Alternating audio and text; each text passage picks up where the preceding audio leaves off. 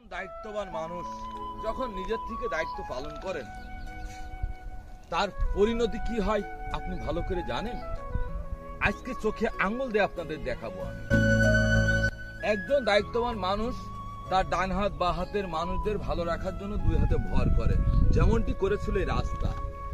দুই পাশে ডুবা জায়গা, এই বর্ষাকাল পানি সমতা রক্ষা করার জন্য নিজের বুক চিরে দায়িত্বের মাধ্যমে একটু জায়গা দিয়েছিল।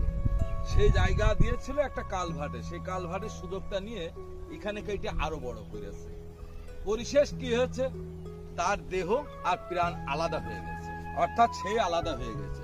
আর দেখুন, যাদের জন্য দায়িত্ব পালন করছিল তারা কিন্তু ঠিক সমতল ভাবে এপাশ ওপাশ হাতে হাত রেখে বসবাস করছে। বিচ্ছিন্ন হয়ে গেছে এই দায়িত্ববান রাস্তাটি, তিনি আজকে আর সংযোগহীন, খন্ড খন্ড হয়ে গেছে। এটাই দায়িত্ববান মানুষের পরিশেষ প্রাপ্তি। ভালো করে বোঝার চেষ্টা করবেন আপনারা নিজ থেকে। ধন্যবাদ।